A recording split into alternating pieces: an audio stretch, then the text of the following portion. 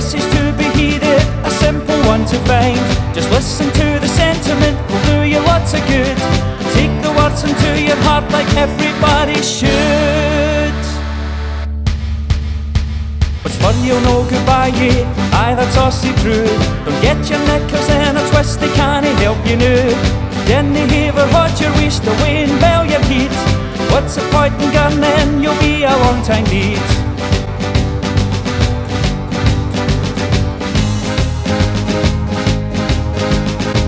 Even when the darkest things begin to come our way, it happens to the best of us, unfortunate to say. Just slap a smile upon your face and you're sure to win. You'd be amazed what happens when you wear a big fat grin. What's funny, you'll know goodbye, yeah, aye that's all see through. Don't get your knickers in a twist, they can't help you now. Then they ever hold your waist away and bow your heat. What's the point in gunning, you'll be a long time deed.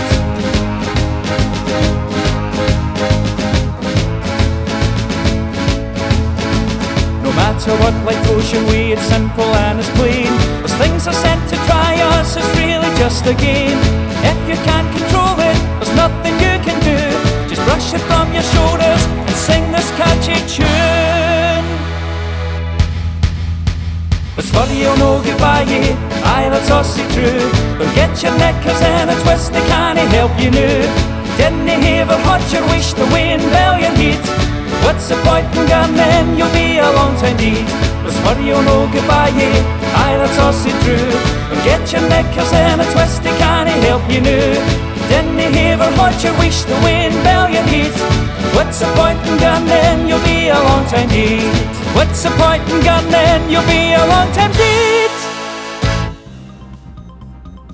Hello and welcome to the very first episode of Real People here on Loch Lomond TV, the only chat show that interviews ordinary people who have extraordinary talents, interests and hobbies. And tonight is certainly no exception.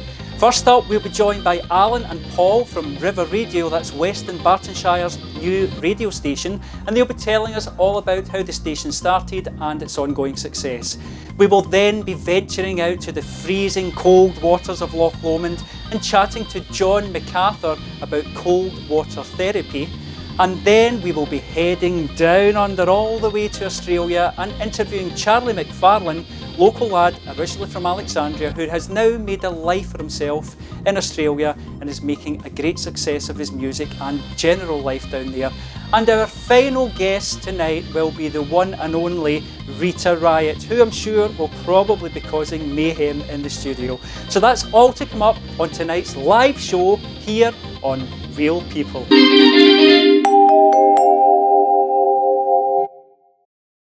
The magic of television. We are now joined by the very first guests ever here on Real People, and that's Alan and Paul from local radio station Rita Radio. Hi guys, how you doing? Good afternoon, Jim. Afternoon, James. So Alan and Paul, I believe that Rita Radio started in April last year. About a year to the day. April. Yep. About a year old. And Alan, it all began when you started basically a radio stream for your friends and family?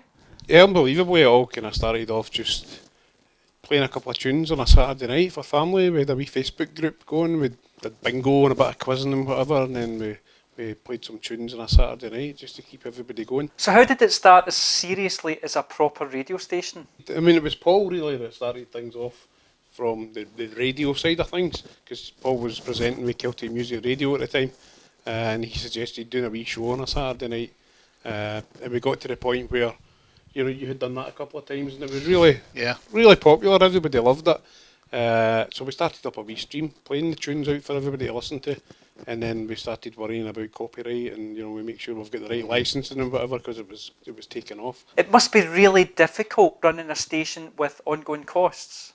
We were working on a budget that was coming out of our own back pockets at that point, so we were paying for everything. So we started a GoFundMe thinking, it would be great if we can raise £1,500, we can upgrade to this new system. It would be fantastic. And we started that GoFundMe thing, and Seamus went on the air. I don't know if it was his country show on the Friday or if it was a Saturday party that he does. There's 2 live shows at the weekend, Seamus Monaghan. And he jokingly said on the air, oh, we're trying to raise funds in this GoFundMe, and it'd be great if there's any lottery winners out there or any wealthy listeners who would love to just donate us £1,500 and we can really take the station to another level. And I think within 5 minutes of that going out on the air, an email came into the station from a chap called John Archibald, who doesn't even live here. He's an expat, he lives down in Tyneside area, and he basically sent us an email saying, that'll be in your bank tomorrow, you know. So we got that £1,500 straight away. I think we raised about 2,500 or something over that, and that really helped us, you know, springboard to the system that we've got just now. So what are the most recent changes or developments for the station? Paul could probably tell you a bit about what we've been doing lately in terms of registering the company's house as a social enterprise. As Alan says, we've been, you know, we were sat here a year ago, we would never thought we would be sitting here even speaking to you, James, on this subject, but we just recently, in fact just last week, we've officially now a social enterprise company, so we're now known as River Radio Scotland Limited. So that's a massive leap forward. I mean, we're now up there. How does it feel to have started a new local station that has taken off as well as it's done? It's just blown us out. It's really just you're totally. driving along in a car and you've got it on, you know, and on the radio in the car and whatever, and you forget sometimes that we did that, you know, without being big-headed or anything. Like, we did that for two people who knew nothing about radio, and we've got it to where it is at the moment, and we're really proud of what we've achieved in that sense. And you're driving along in the car and you're thinking, that actually sounds good, you know. And we've said that a few times, you know. That's coming for a PC in my spare bedroom, and it actually sounds just as good as any other commercial station out there, you know. It sounds really good. So a successful radio station run from Alan's home at the moment is going really well. Yeah, but I would just like to say, James, it's quite interesting when Alan's wife hoovers the house, because what happens is it's quite good, you know. And Louise is brilliant, God love her. She just unplugs the station, you know, because the hoovering is more important, and the chairman's, you know, that's high poverty, you know. Took it off the air one day. But anyway, yes, I just thought I'd throw that in there. So what's the advantages of running a station from home? The advantage that we have, you know, even we spoke about the presenters. I mean, everybody's presenting from their house. You present from your house here. From a listener's perspective, you would think you were sitting in a studio. We've got Seamus who comes in live from Durham every weekend. You know, we've got Tom down in England as well. You know, when we first started, I think back in the early days, you know, we were trying to get as many different presenters on as possible, and we had my sister Sharon. She does Shazza Shenanigans on a Saturday night at 6 o'clock, and I can't believe actually we talked to Sharon into getting involved. Now she loves it. She's never done anything like that in her life, and we actually started off. She was sending me voice links recorded on her iPhone, and I would get all the different voice links. She would send me a playlist of songs, and I would take all that and make a radio show out of it, a 2-hour show, and put it there online, and it sounded great, you know. But now she's got all the kit, you know. She's a professional. She's a professional now, Alan. She's even got a sign for her living room door on air, don't come in. Things like that, you know. Oh, a professional now. We dare to think if we even took that slot off her on a Saturday night. Very popular show as well. I've got to say, that takes us on the. I mean, she's got a following. She has, and I always joke because India seems to be a favourite for Sharon on a Saturday night. I don't know why, you know, but always listeners in India. And that brings me to my next point. The station is online, so it's available worldwide. How many different countries does the station have listeners in? I mean, I think for the month of March, I look back with 132 countries who's listened, so who's actually clicked on River Radio, which is phenomenal. Recently we got an email from Australia, because the station plays it 24/7. It's on all night, as you know. And we got an email in from a university campus or something, where they said, thanks very much for all the great music, you're keeping us going as we work. So even though we're lying in our bed sleeping, there's something going on there. And that kind of gave us another idea for another show, because we know we're getting listeners in America, we're getting listeners in Australia, and I'm assuming that they're expats, and they just like to hear a jock voice on the radio. So we're actually exploring at the moment, looking for somebody to present an expat show in the middle of the night that'll go out in the middle of their day, you know. So we're kind of exploring that at the moment as well. And I've got no doubts that we'll get somebody to do it, because as soon as we put a post up on Facebook, it's jumped on instantly. Exposure for local bands and artists has always been a priority. Yeah, it was really important right at the very start was to provide, I don't know, what would you call it? To Platform. provide some local exposure, and a platform for local bands and acts, particularly during lockdown, because people like yourself, performers, weren't able to perform, they weren't able to get that feedback from the audience or whatever. A lot of you saw coming out on Facebook, on streams on Facebook and whatever, people doing musical shows and that. So it was really important for us that we allowed them to get that music out there. And there's not many radio stations do that, that if you listen around, there's not really anybody to play unsigned acts and local acts and whatever. So we're quite unique in that. And we always try to dedicate a slot round about the 20 past the hour for a local act to be played out, and we encourage people to send their music in as well. So how can the listeners tune in? Well, there's so many different ways. I mean, we've got the app that you can download from the Apple Store or the Android, the Google Store. You can download the River Radio app. You can tell, I don't want to say the A-word because everybody's smart speaker will be going mad. But on your smart speaker, you can get it on there. Probably the best way to find us is going to riverradio.uk, not co.uk, just .uk. Go to our website and there's a page there telling you how to listen in. So we've run out of time, I'm afraid, but thanks so much, Alan and Paul, for coming on to the show. Thanks, James.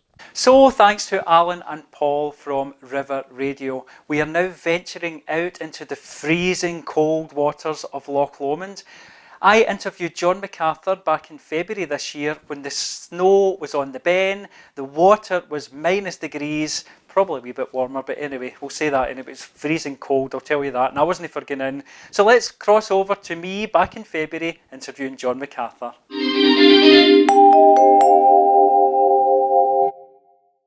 So here we are at the bonny banks of Loch Lomond in a beautiful, glorious, sunny-ish day. Here, and I'm joined by John MacArthur today. How are you doing, John? I'm not bad, Jim. Pleased to be here. So John here is an advocate and he's been doing this. How long have you been doing it, John? Probably since the beginning of December now, so a couple of months I've been doing this cold water stuff, cold water exposure therapy, whatever you want to call it.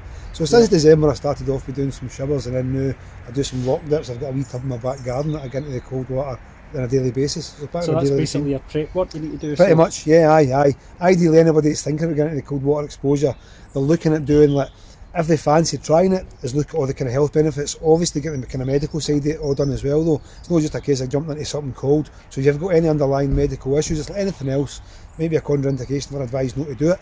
So it's just obviously daily safe aspects. So obviously there's a lot of information online with regards to safe cold water exposure. I mean, it was through, like say, Mark McLean and a guy Alan Wilson. I've got a YouTube channel, Your Evolution. So watching one of their episodes, and an episode that I watched that got me right interested in this was an episode called Into the Deepest, which is a group that was formed in Glasgow by a guy, Gerald Neal. And Gerald himself is a life coach. So listening to some of his stuff has actually been amazing for me personally, just listening to Jed's stuff on a daily basis. The reason I get into it is because obviously the lockdowns, I saw regards to like mental health issues and all that with regards to the cold water exposure and how it can re-thing with the brain signals, the patterns of the brain and all that, just with that cold and controlling the breathing. So it's a bit like meditation. Some people like to meditate, for anxiety, depression and all that kind of stuff. So where the cold exposure goes hand in hand with a lot of the meditation type stuff, because a lot of the content that we've been looking at is like, people with, attempted suicides and all that. So that's how good the groups have got. That's about opening up in the community. Probably, do you think, for example, if lockdown hadn't happened, it probably wouldn't have taken off? There's every possibility that it might know of, but it's something that I know me, that since I started doing it, I'll do it every day. It's part of me now, and when I go back to work, and I'm planning to keep doing that. But you've got to do it to experience it. Try to explain it to somebody that's like, are you kidding? No, you hate the cold, you're not going to go in there. There's no chance. But I tell you, it's such a buzz. But the biggest buzz for me was as you're coming out of the water. Do you know what I mean? You're coming out of that water. It's that, the blood rushing to the surface and the skin and all that, and it's the tingling, and you come out feeling so refreshed and so invigorated. And that's what I think is the buzz about it. I mean, I think my next door neighbours is a lot of people that do this stuff. The neighbours might look at it when you go, look at that dumpty in that tub, and here's me brighten a bit of ice, sitting there like that, and you're brighten the ice. But I do love it. And as I say, it's thanks to I'm like curious say, as well. I think the water actually warmer? the warmer than is it is outside? genuinely is. I think Right, okay. there's been a couple of times we've came and there's a couple of women taking the temperature. So I think it reckons between 3 and 5 degrees the water sits at. So it's Nice. bizarre because I've came here at night time for a night time dip at 7, 8 o'clock. It's like maybe -1. And you're getting in there and you're thinking, well, it's warmer You in come out here, for a heat. and then you're coming out and you're like, getting yourself changed. But I just think it's phenomenal. I really do think it's something I'm going to always do in a sense of whether it be showers or no. It's all about getting together with nature, and you know yourself how when it comes to depression and all that, nothing beats that better than nature. The big thing with this kind of exposure is there's no set time that you need to be in that water. It's all about being comfortable in what you're doing. And some people can only last maybe 30 seconds, 20 seconds, and anything between 8 and up to 15 minutes. Really? Soon as I feel like as soon as you start to feel uncomfortable, it's time to come out. There's a big thing with this cold water exposure is Wim Hof. I don't know if you've ever heard of Wim Hof, but Wim Hof is big on this, and he can sit for years. He's broke crazy records for being underwater with ice and all that, and he's got all these kind of breathing programs that then helps you go in. Because when you go into the water, it's genuinely within the first minute to a minute and a half that you think, oh my god. What I didn't realise as well, because I'm thinking these guys are crazy to do things like this, but there's a good obviously there's a good positive message behind it. So it's about mental health, which I really didn't know. So that is really big time. And again, as I said, if you get a chance to look at your Evolution channel and look up the episode where it's Into the Deepest, it goes into a wee bit more detail. I'd heard as well, I'd spoken to my friend Chris who's also done this, and he'd mentioned actually that one of the guys that's done this for years and basically he's not had any illness for years. I don't know if you've heard that. I've heard a few, I mean, even a few people with the groups. There's a few people in the groups get like arthritic issues, you know, that joint problems, and I'd say 90% of everybody that has opened up about what their conditions are, this has helped them physically. One of my mates had asked me if I felt how long did it take me to feel the benefits of that, and I can honestly say my very first cold shower, it was like an instant benefit. So immediately I felt it. The biggest benefits I've had throughout the whole process that I've done is physical, mental, and what's the other one? Emotional. You know, my emotional state. See, we just be in that water and clearing my mind with everything. I like to get in a zone, get my breathing controlled, and I can last for ages. But it seems to put me off my stride a wee bit if I'm in chatting. But yet, because my mate's issues with his mental health, I don't want to know to talk to him when I'm in the water with him. So I like all the aspects of it. But again, emotional wise, just sitting in there totally de-stresses big time. So again, it's day 3 then, as I say, the physical, the emotional and mental is total my benefits, and that's why I'm going to keep doing it. I mean, my wife laughs at me and she kind of looks at me, it's like, you going for your cold dump today? I'm like, aye, or I might go for a shower. But the good thing with me is I like the 3 types of exposure that I'm doing. So I like the showers, I like the tub, and I like the loch. So it's great. As I say, this is my doorstep. I mean, some people look at you stupid. I mean, sometimes you do get a wee audience together because obviously people look at that nuts around the water. But it's massive now, and it's amazing me the amount of people are getting involved in it. But it's all about positivity, you know what I mean? Positive vibes, positive people around about you. There's no set type. The community is the community, and it's a case of, you know, you could be the biggest, the heaviest, you know, the fittest, the leanest. Doesn't matter. So what advice would you give somebody that was hoping to start it or thinking about starting it? And where would they go for the groups? How would they find, for example, the group? On the groups, I mean, Facebook, I mean, again, obviously I'm in Facebook a wee bit, but there's Facebook groups, Instagram, they're all on Instagram, so you've got Dynamic Creations, and it's obviously Jed that did Into the Deepest. So Into the Deepest is one of the groups. The Western Bartonshire kind of spin-off from Into the Deepest is Taking the Plunge. So Taking the Plunge has become massive. I mean, there's loads of people I know now that are actually on it. But the good thing about these groups now, it is good to talk.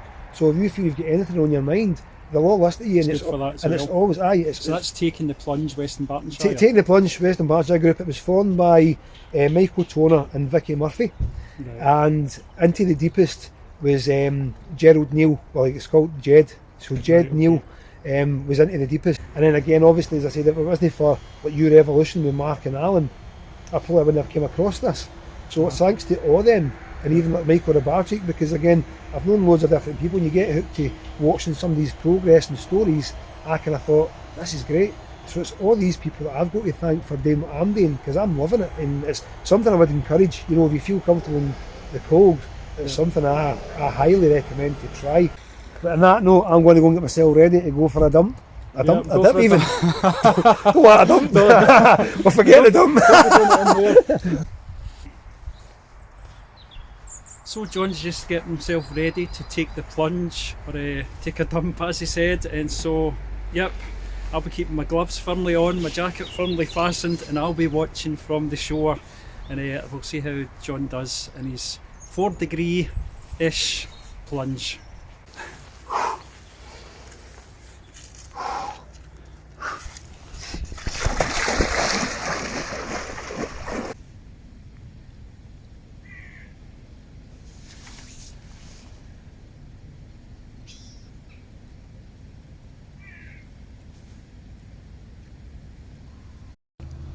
So John, you were saying you might be a wee bit red, you're certainly. Yes, yep. You look sunburnt. Yep, that's it. Who needs a somebody to call Loch? I take my hat off to you, John, that was impressive. I would not last in there for 2 seconds, let alone 10 minutes. I know, Brilliant. That's great.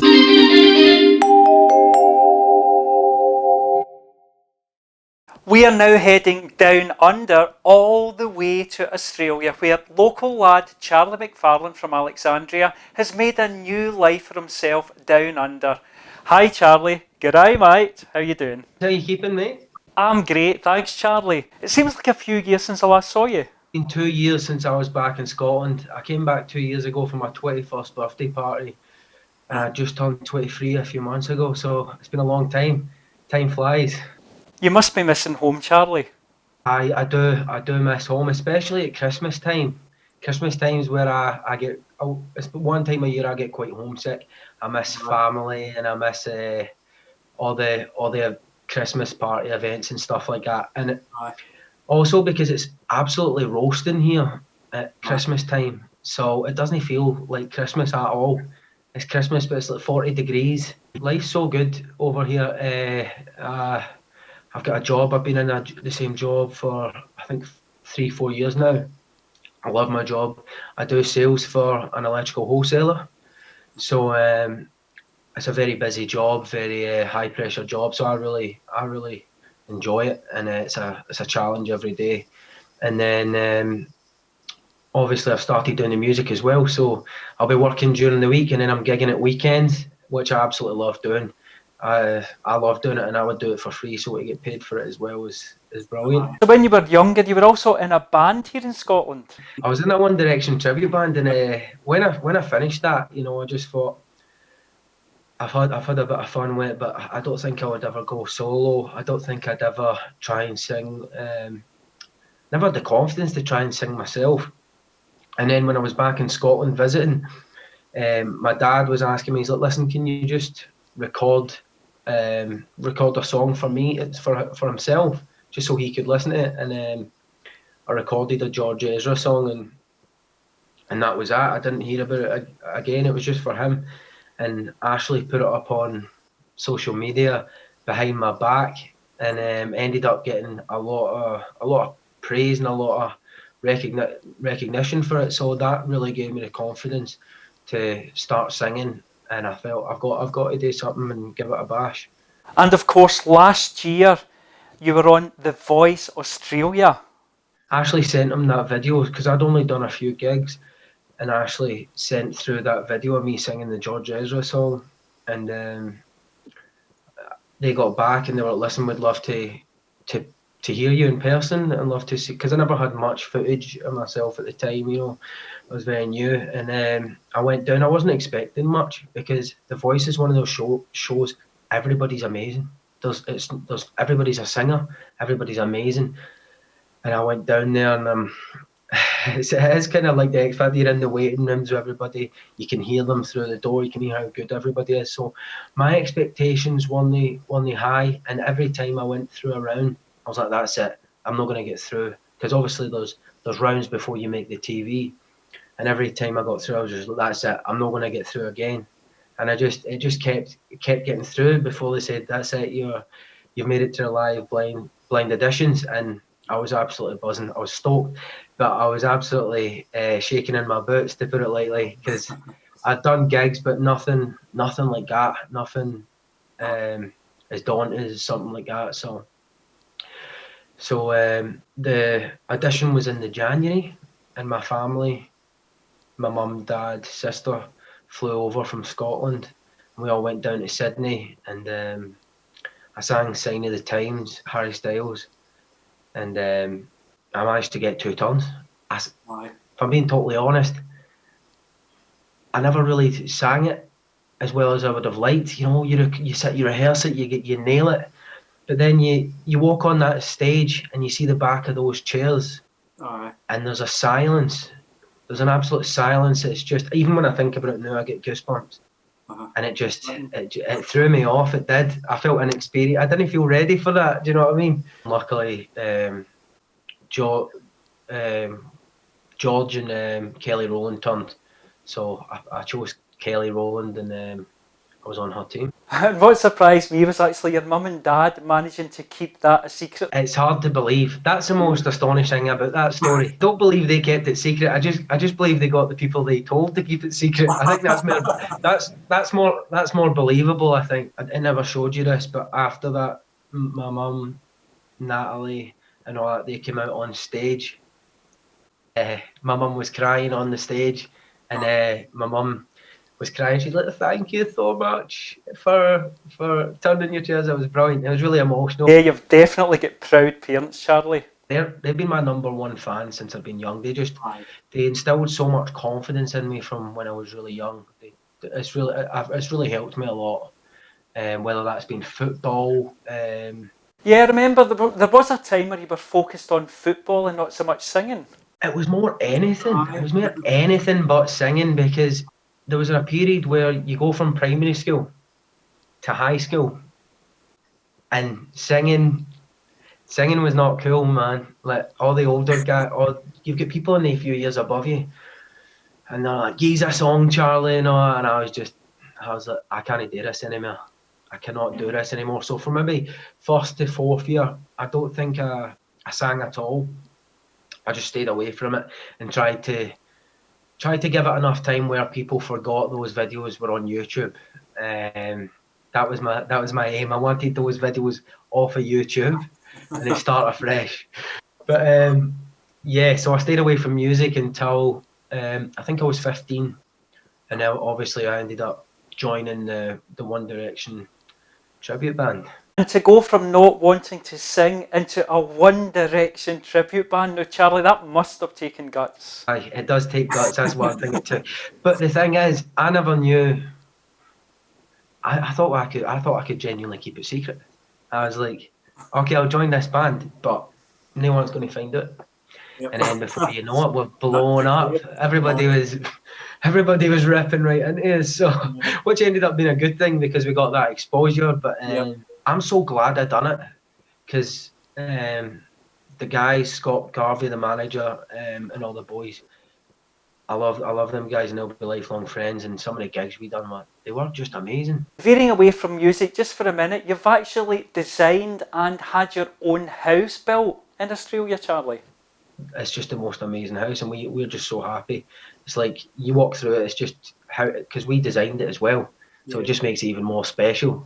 But it's amazing. I could not be happier. I still pinch myself walking through it. I can't believe it's mine. It's crazy. And back to your music, you're going to be performing your first ever single for us. I think it was a good first song, and it meant a lot as well. It was a special song. It was about my life in Scotland, kind of for a long time, going kind of blind to the things that are important in life, and that's what I've realised since I moved into Australia. It opens up your eyes, and you kind of see get a new sense of life. Yeah, definitely. I think you've actually recorded, is it 3 songs so far? I've got 3. After that, I had a song come out called "Friend." I was a bit rushed. That probably sounded more like a first song than "Blind," because we really rushed "Friend" because the voice had a cut-off date. So you're not allowed to put out any music after this date. So it wasn't really mastered and done as well as what we'd have liked. but I just kept it up there, no worries. And then I brought out one a few weeks ago now, Safe and Sound, which is Ashley's favourite of the few, because it's it's a bit of a love song, so she loves it. She likes that one. So where can people buy your songs, Charlie? Where are they available? It's out on all platforms, so you can get it on iTunes, Amazon, Apple Music, Spotify, and YouTube. And I believe you've also got other news. You've started a band. After The Voice, I felt like I went on The Voice and I never fully had an identity in music. I felt like a bit, no cabaret, but I just sang what they wanted me to sing, and I never really made it my own, and that really irritated me about it. And since then, I'm like, I want to start a band and really put a sense of myself in there. And a lot of music I listen to is really folky, kind of indie music. So I've been wanting to do it for a while, and I've met some musicians recently who are just great, and I just thought one day I'm going to start a band and see where we go with it. And I've got a lot of songs that I've written that we're working on just now, so I cannot wait to start putting music out. And you've been confirmed to play at a huge music festival in Australia as well, Charlie. That must be a great launch pad for the band. First gig is going to be a big festival. I think the festival is 10,000 people, and there's only 2,000 tickets left for that. So it's a good place to have your first gig, and we've just started rehearsing today for it. So already we're sounding really good, and I just can't wait for it. And he's offered me a main spot on the actual lineup, so That's brilliant. I hit the absolute jackpot. Sometimes I can't believe my luck. So Charlie, you're going to perform your first ever song for us, that's Blind. I'd like to thank you so much for taking the time to come on to the show, Charlie. It's a pleasure and honour to have you, and especially being so busy as well. You've got work in the morning as well, so thanks so much, Charlie. I wish you every success in the world because you deserve it. You're a great talent, nice guy, so the best of luck, Charlie, and thanks so much for coming on. Not a worry, it's been a pleasure to talk to you, and thanks for getting me on your first episode. Buzzing. So here is Charlie McFarland performing a special rendition of his own song Blind, exclusively for us here at Real People on Loch Lomond TV.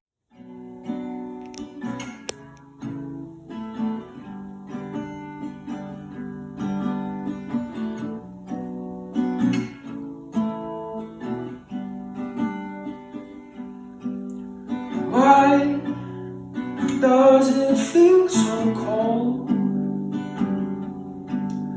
Where's my soul? I guess it's all dark in here inside my mind. Line, you don't help me passing time.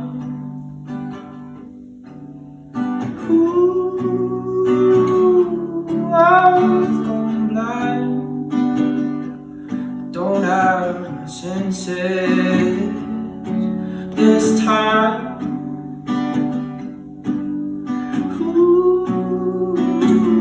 I lost my mind. Don't get the feeling in the morning to get up and go.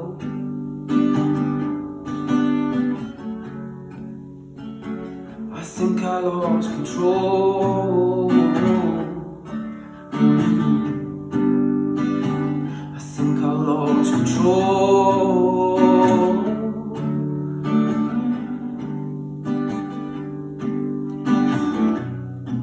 Packed a suitcase full of clothes, and my dad got me to the airport door. He said, go make your life and don't look back. Was the best advice I ever had. Ooh, I've gone blind, don't have my senses this time.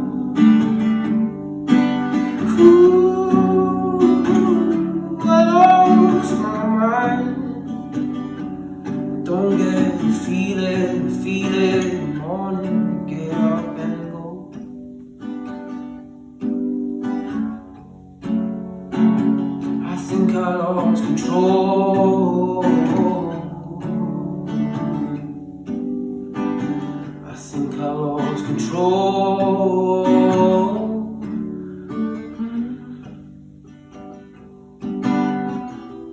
I can see the sun from here, believe me now I'm calling.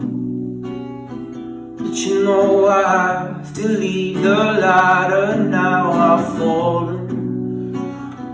And my mind is overwhelmed by all the fires I'm falling. Can you take me to the darkened place that I was born in?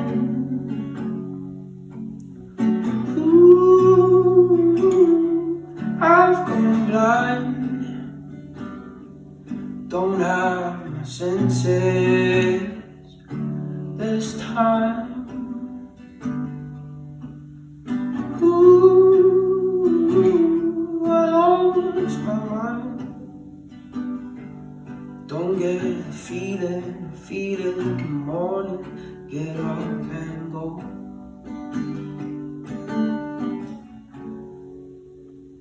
I think I lost control.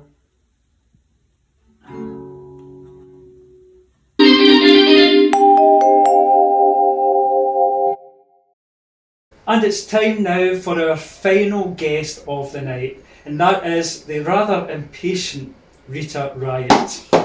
So Thank God for that. If it, we're waiting all day in a room, I know that we're not even a kettle or a hobnob or anything. Well, it is local TV, we're on a budget. Aye, cheap. That's how you've got me on the show. Are you saying you're cheap, Rita? Why? So where did you actually start your career? I started my career on the streets. It's a hard job. Jim, you'd have been great at it. You would have been. But you think? But you're too old now. It's a hard job being a busker. What do you mean I'm too old? Well, you're a fair bit older than myself. Let me guess to me. That's it, this hair is getting dyed. Now I say it all. Yes, you it's look just like a Philip Schofield of Scottish person. That could be Hollywood big boobies. You could absolutely. So basically you started your career on the street, so how, what do you mean on the street? So what did you do exactly? Should I be asking that? Probably not. Standing on the corners. Belting out my tunes. Well, belting out your tune, that's what I thought I thought you were going to say something else there. So Rita's been warned to be in her best behaviour. I know that's worked out so far. Well, I mean, I do work in holiday parks every year. I do a kids' version of the show. Alright, do you? Well, kids love to dress up, so they do. They love to dress up as their favourite superheroes or their Disney princesses, and then I come out as a Disney princess and just destroy it for them, you know. I mean, I've kind of got a little bit of a Little Mermaid thing going on here with a mixture of, I don't know, something about Mary going on as well. So, is there anywhere you'd like your career to progress, Rita? I don't know. I mean, you started in the street corners, you've done the holiday parks. Where would you like to be? Maybe cruise ships. The next Jane McDonald, or I don't know, on the telly. Maybe after the watershed. I think that could be a possibility. In saying that, I used to love watching a wee programme called The Big Breakfast on Channel 4, and I always thought I'd be quite good on that, lying on the bed talking to all the celebrities. Do you know that's a good idea? An excuse to lie down. I think we're You're killing me already. Oh, aye, in bed with Rita. Aye. Uh-huh. Oh, that's happened quite a few times in my life. In bed with Rita. But we couldn't put that on the telly, unfortunately. But no, I could definitely see myself maybe doing like a Ricky Lake talk show, or maybe something like Rita's Rants or something like that. Rita's Rants, so what would that include? Don't know, people could maybe send in complaints that they've got, and we could talk about them on the show and come up with ideas and solutions. Right, okay. And so agony aunt as well, have you thought about that? Do you think you could do that kind of thing? Why, I could be an agony aunt. You could do that. I am awfully nosy. Aye, it's good to know what's going on with other people's lives, isn't it? Let's say I've got a problem with my relationship, how would you answer that? There's plenty more fish in the sea, go and get a new one. Right, okay. Just make sure your Tinder profile picture's up to date. Tinder, what's the now I'm showing my age, what's Tinder? This is a dating app. It's one of the dating apps. Oh, I'm right, on okay. it, but I mean, that could be done for catfishing on that, to be fair. I mean, I really need to update my profile pictures. It's been well over a year. All you lockdowners out there, get up to date with your pictures. There's nothing worse. If you arrange to go and meet somebody and you're expecting a prime bit of Scottish beef and you get an old, gristly piece of meat like me. I didn't want to say that, Jim. Well, what about the weather? Have you ever thought about being a weather girl? Oh, I'd be fantastic at that. Aye, that's a great job. That's Sean Batty's got an easy job, so he has. I mean, it's always raining, isn't it? 99% chance of rain. You might get a wee smudge of sunshine if you're lucky. So, probably you're right, yep, absolutely. I think we'll veer away from the entertainment and the television side of things, Rita. So hobbies wise, do you have any hobbies? What would you like to do in your spare time? I love going to the gym. Oat's got a rare cafe. I need to take you one time. Wee Right. cappuccino, they do the best chocolate fudge brownies, the best ever. Right. That's the only reason I go, to be fair. That and to look at the talent. So basically, so it's nothing to do with the exercise side of things, because I mean it doesn't really make a lot of sense to be in the gym for 2 hours slogging and then to have a 2 chocolate hours? brownie. Oh no, I just mince about. I'm looking for a man. So what kind of man are you looking for, Rita? Anything new? Getting desperate. Oh, honestly, I've been awfully lonely since my pet rabbit died. Your pet rabbit? My wee little bunny Fufu. just gave up the ghost. What gave up? What happened? I just stopped working. So it died.